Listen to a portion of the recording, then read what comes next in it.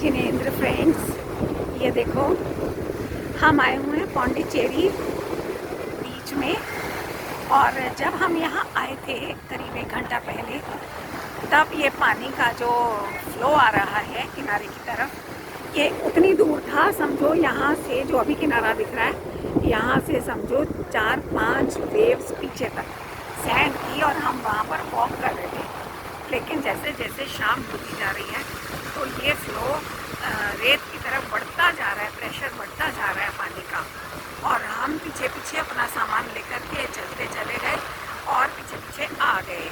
और अब ये और पीछे तक आएगा, जैसे अंधेरा होगा तो ये लहरें और पीछे तक ऊपर तक आ जाएंगी मतलब। तो ये बहुत अच्छा एक्सपीरियंस रहा मेरा देख करके। और जब हम खड़े हुए, मैंने ये सब लोग, मेरे जो बेटी दामाद बच्चे वगैरह, ये सब लोग थोड़ा आगे तक चले गए लहरों के साथ। तो मैंने भी जा कर के 1-2 लहर तक फील किया कि कैसा प्रेशर है, देखूं कहीं ये लोग अपने आप का बैलेंस बना पाएंगे या नहीं। तो मैं भी गई, मैंने देखा पानी का इतना तेज़ प्रेशर, इतना तेज़, एक लहर के प्रेशर की बात कर रही हूँ मैं, इतना तेज़ प्रेशर कि जैसे ही वो लहर आई तो नीचे जहाँ रेत पर मेरे पैर टिके थे, वो रेत भी फिसलती है, अपनी जगह छोड़ती है, पानी के साथ बहती है। और उस समय पर हमारा जो फ्रेश बॉडी का वज़न होता है वो पानी की तरफ गिरता हुआ होता है। ऐसा लगा जैसे मेरे को ये लहर अपनी तरफ खींचने के लिए आई है और लेके जाएगी अपने साथ, क्योंकि वहाँ पानी होता है और रेत फिसल रही होती है अपनी जगह से। तो उसके कारण हमारा बॉडी का प्रेशर बॉडी का वज़न अनबैलेंस हो जाता है और हम टिक नहीं पाते। तो इससे मैंने क्या निकाला कि इसी प्रकार जब हम किनारे खड़े हैं, उपयोग जो है ये अपने स्वभाव के किनारे खड़ा है, मतलब रागादि की तरफ खड़ा है। तो रागादि पर पैर टिका के खड़ा है मतलब। तो अभी ज्ञायक की लहरें निरंतर आ रही, क्योंकि ये जो उपयोग है ये ज्ञायक ही तो है, पर्याय कह लो चाहे स्वभाव कह लो, इसके अंदर जो अथाह सामर्थ्य है उसका नाम ही तो स्वभाव है। और एक एक पर्याय का सामर्थ्य पूरा स्वभाव का सामर्थ्य लिए हुए होता है। वो मैंने एक लहर के प्रेशर से महसूस कर लिया।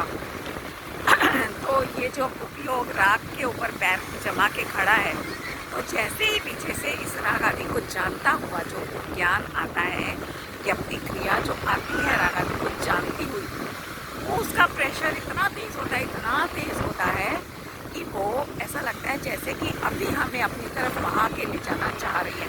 हमारे पैर राग आदि पर टिके हुए डगमगाते हैं। कभी भी आपने फील किया होगा आपके साथ में, सबके साथ में प्रतिकूल परिस्थितियाँ, अनचाही परिस्थितियाँ बनती ही हैं। मैं यहाँ अनुकूलताओं की बात नहीं करूँगी, वो भी करेंगे अभी नेक्स्ट पॉइंट पर, कि जब भी हमारे जीवन में कोई भी प्रतिकूल परिस्थिति बनती है, तभी हम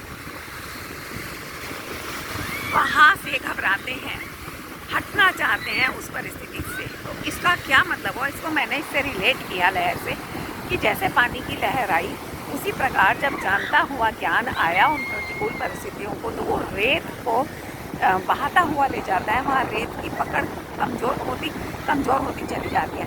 उसी प्रकार जो प्रतिकूल परिस्थितियों में उपयोग टिका है, तो ज्ञायक की जब प्रेशर आता है ज्ञप्ति क्रिया का और वो उस प्रतिकूलता को जानती है, तो वहाँ रमना नहीं चाहती, मतलब कि वो वहाँ से प्रतिकूलताओं पर टिके प्रतिकूलताओं के प्रेशर को कम करती हुई आती है, क्योंकि वहाँ पर खड़े हुए सबको विरक्ति सी महसूस होती है प्रतिकूलताओं से, है ना। ये चीज़ मैंने यहाँ पर निकाली। तो ऐसा लगता है जैसे कि हमारा जो फ्लो है ज्ञायक का, वो हमें अपनी तरफ खींच के ले जाना चाह रहा है इस संसार से। और एक चीज़ मैंने नोट की कि ये देखो मेरे सब रिश्तेदार, मेरे दामाद और बच्चे सारे के सारे देख रहे हो कैसे मिट्टी में लथपथ होकर के खेल रहे हैं ये लोग। हाँ, तो मैं क्या कह रही थी कि जब ये प्रेशर आता है ना, तो उस समय मुझे चक्कर आए, मैंने महसूस किया चक्कर, मतलब कि मुझे ऐसा लगा कि जैसे मैं ना चाह करके भी पानी की तरफ खिंच रही हूँ, है ना, ऊपर चढ़ रही हूँ रेत की तरफ पानी से दूर, उसके बाद भी लग रहा है जैसे पानी की तरफ खिंच रही हूँ। तो इसी प्रकार ये जो पानी की लहरें हैं, सॉरी गायक जो है उपयोग में जो ज्ञान की लहरें हैं, ये हमें अपनी तरफ इसी तरह से खींचती हुई जाती हैं, तभी हम उन मेमोरीज़ को अपने आप में बसा लेते हैं। जो घटना होकर के चली गई, उस घटना की मेमोरीज़ बाकी रह जाती हैं और हम उन यादों में ही उलझे रहते हैं। ये चीज़ मैंने इससे निकाली कि जैसे पानी से हटने पर भी मुझे ऐसा लग रहा था कि जैसे पानी खींच रहा है अपनी तरफ। उसी प्रकार जब हम बाहर की परिस्थितियों से हटते हैं, चाहे अनुकूल हो चाहे प्रतिकूल हो, तो हम उनकी मेमोरीज़ के साथ में चिपके रहते हैं।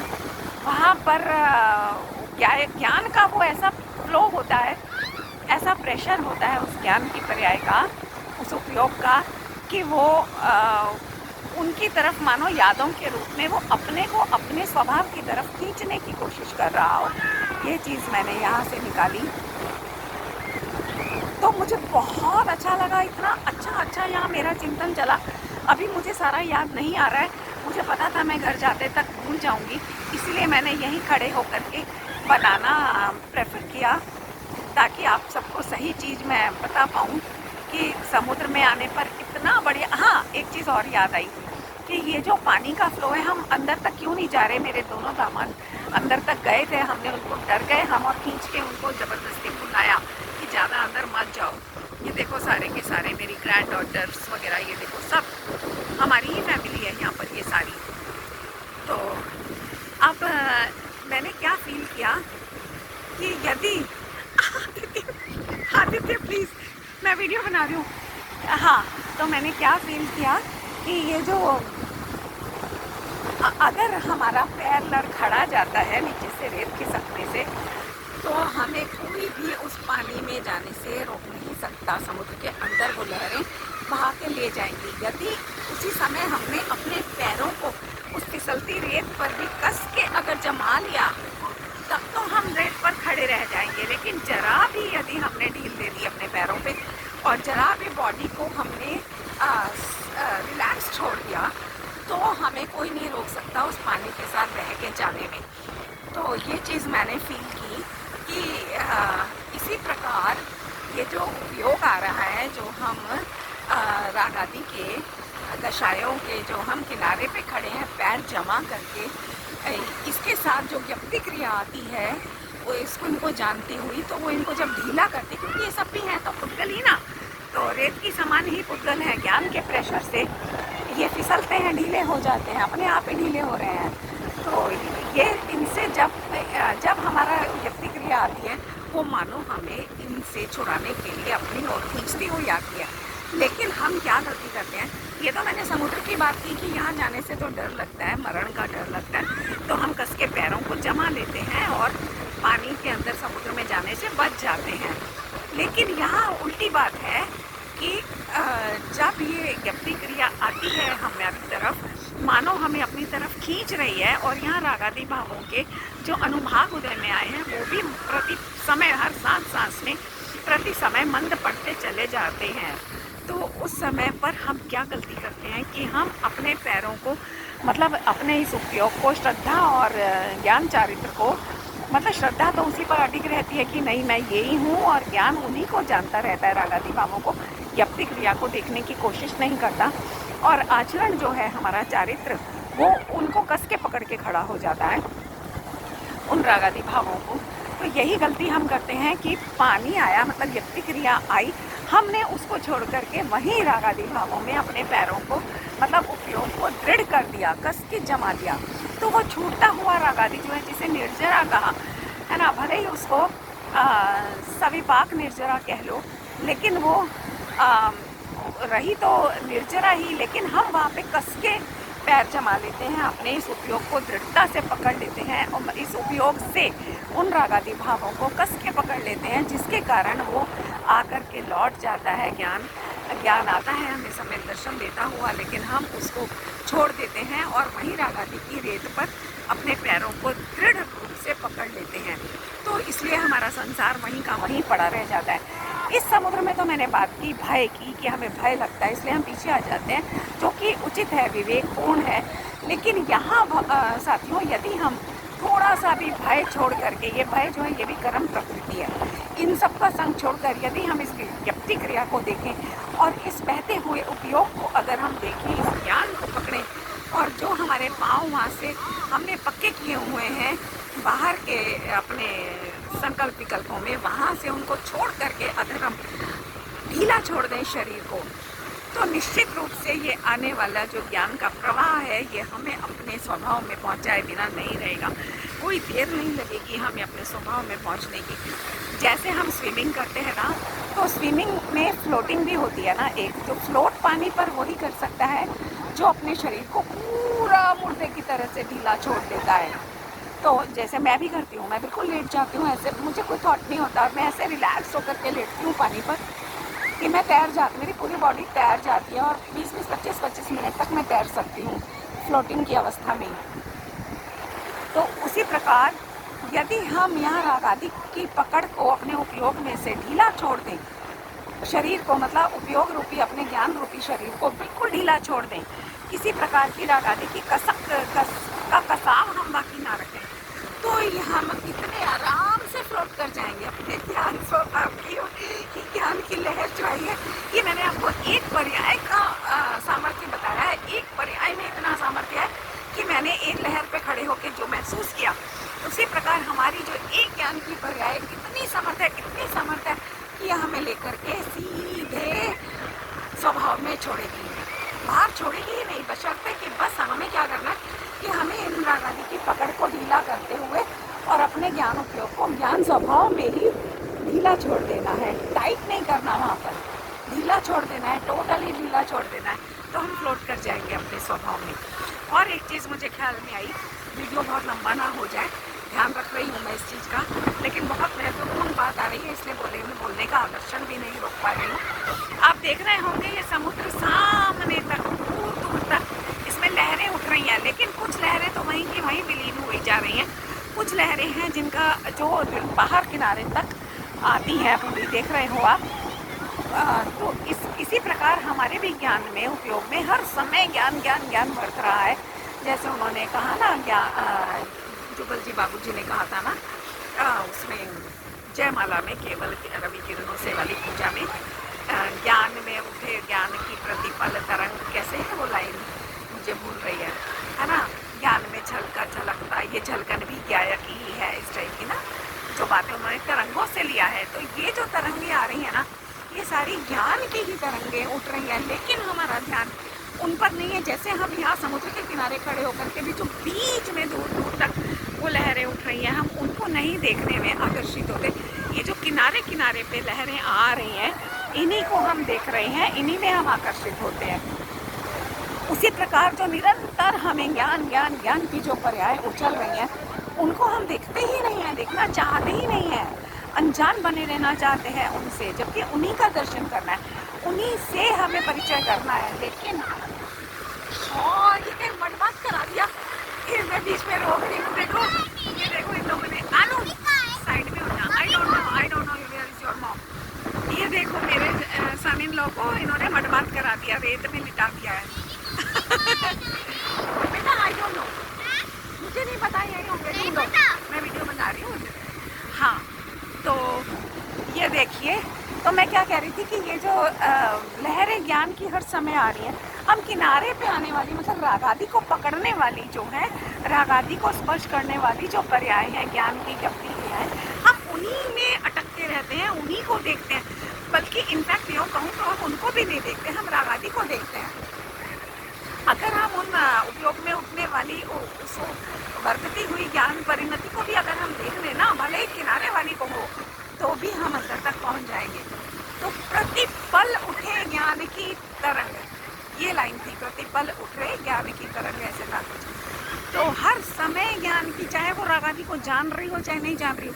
देखो हम लोग जो कहते हैं ना कि हम बोर हो रहे हैं, कुछ करने को नहीं है, तो ये वो वाली फीलिंग की मैं बात कर रही हूँ कि वो बीच की जो पर्याय उठ रही है, उस समय भी, जिस समय में बाहर से कोई कार्य करने को नहीं है, उस समय भी ज्ञान की ही तरंगें उठ रही हैं। और ये ज्ञान ही है जिसने बाहर से कर्तृत्व को इतना पुष्ट किया हुआ है अपने अंदर कि जब उसको बाहर से कोई कार्य नहीं दिखता है, बोर हो रहा पड़ा होता है बिना किसी कार्य के, तो वो समझता है कि मैं बोर हो रहा हूँ। लेकिन उसी समय पर जो बीच में उठ रही लहरें हैं, उन्हीं लहरों की तरह से ये जो ज्ञान है, उपयोग है हमारा, ये बोर नहीं हो अगर ये उन बीच में, समुद्र के बीच में गहराई में उतरी लहरों को, जो किनारे तक नहीं आ पा रही, वहीं के वहीं विलीन हुई जा रही हैं, अगर उनको देख ले ये उपयोग, तो इसको समझ में आए कि बोरियत नाम की कोई चीज़ ही नहीं है, सारा कर्तृत्व छूट जाए, उसी पल छूट जाएगा। ये मुझे आज समझ में आया। साथी में मेरे तो रोमांच आ गया, मेरा तो रोम रोम ऐसा सिहर उठा है, मैं क्या बताऊँ। हालांकि इन बच्चों ने बीच में इंटरप्शन भी किया, लेकिन फिर भी मतलब मुझे बहुत अच्छा लग रहा है। मेरा यहाँ से लौटने का मन ही नहीं हो रहा, ऐसा मन कर रहा है कि मैं यहाँ खड़ी रहूँ। ये समुद्र मुझे कितनी प्रेरणा दे रहा है, मुझे मेरे स्वभाव के दर्शन करवा रहा है, कितना भेद ज्ञान करवा रहा है, और हम इनको देखना ही नहीं चाहते। हम राग में लिप्त रहते हैं। अरे राग आता भी है, जाते भी हैं, हम राग के उदय में घूमना भी बनता है, संसार में परिभ्रमण सब होता है, लेकिन वहाँ यदि हम अपनी दृष्टि स्वभाव पे रखें तो निश्चित रूप से ये हमें संसार में भटकाने में कारण नहीं बन सकते हैं। ये सब भी हमें हमारे स्वभाव में पहुंचाने में निमित्त बनेंगे। बस ये मैं कहना चाह रही थी। तो आइए अभी से हम अभ्यास शुरू करते हैं भेद ज्ञान का, तीव्रता के साथ में भेद ज्ञान का अभ्यास शुरू करते हैं। जैसे सारे विद्वान अभी 1.5 महीने में हमारे बड़े बड़े 3 विद्वान चले गए, इस शरीर से दूर हो गए, छोड़ गए शरीर को। हमारा भी नहीं पता कब कैसा समय आ जाए। ये लहरें रात में, हाँ एक पॉइंट और ख्याल आया, सॉरी वीडियो लंबा हो रहा है पर मैं बोले बिना नहीं, मेरे पैरों को भी छू गया, कितनी लहरें आ गई है देखो। हाँ तो मैं ये कह रही थी कि जैसे जैसे अंधेरा बढ़ रहा है, शाम बढ़ रही है, तो पानी का प्रेशर उस लहर तक, रेत थी पहले वहाँ तक, वो रेत को ख़त्म करता हुआ पानी यहाँ तक चल आया है और अभी और ऊपर तक आ रहा है। ये देखो मैं कितने ऊपर खड़ी हूँ, मेरे पैरों तक आ रहा है।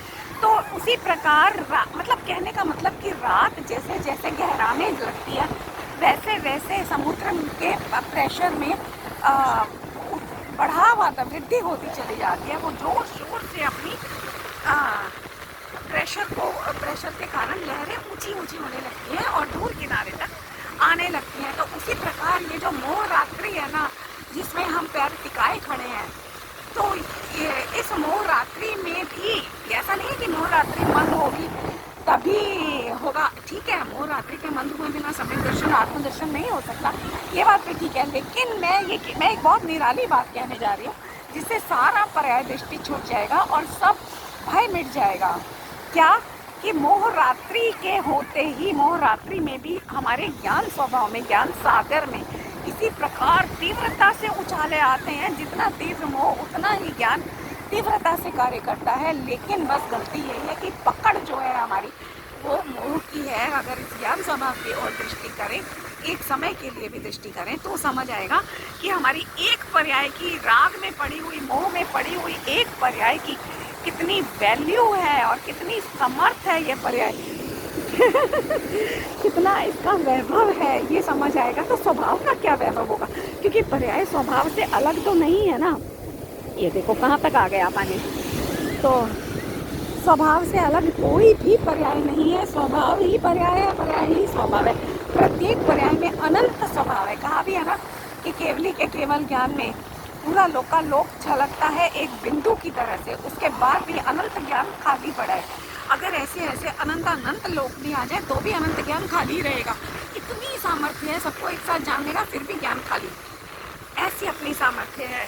लेकिन हम उस खाली ज्ञान का जहाँ एहसास होता है हमें, हम वहीं करते हैं डाल करके, और बोरियत ओह माय गॉड, मुझे गिला कर गई ये लहरें, ये देखो तो हम कर्तृत्व का बोझा लाद करके और बोरियत का रोना रोते रहते हैं। ये देखो फ्रेंड्स, देखा हाँ ये देखो मैं आपको प्रैक्टिकल दिखाती हूँ। रेत फिसल रहा है, देख रहे हो आप, पानी के प्रेशर के साथ मैंने अपने पंजे गड़ा के रखे हैं इस पर, ये देख रहे हो आप, इसलिए मैं रुकी हुई हूँ। अगर जरा भी मैंने यहाँ से पंजों की पकड़ ऐसे ढीली छोड़ी ना, तो तुरंत पानी के साथ बह जाऊंगी, पैरों का बैलेंस ही नहीं बनेगा रेत पर। तो ये देखो, ये आपको प्रैक्टिकल ही देखने को मिल गया। अभी अगर और लहर आती है ना तो मैं आपको दिखाती हूँ मेरी ये देखो फ्रेंड्स, ये देखो रेत हो गया ढीला, देख रहे हो, ये देख रहे हो मेरे पैर फिसल रहे हैं, लेकिन मैंने कस के पकड़ लिया और अब मैं जा रही हूँ पीछे चलिए।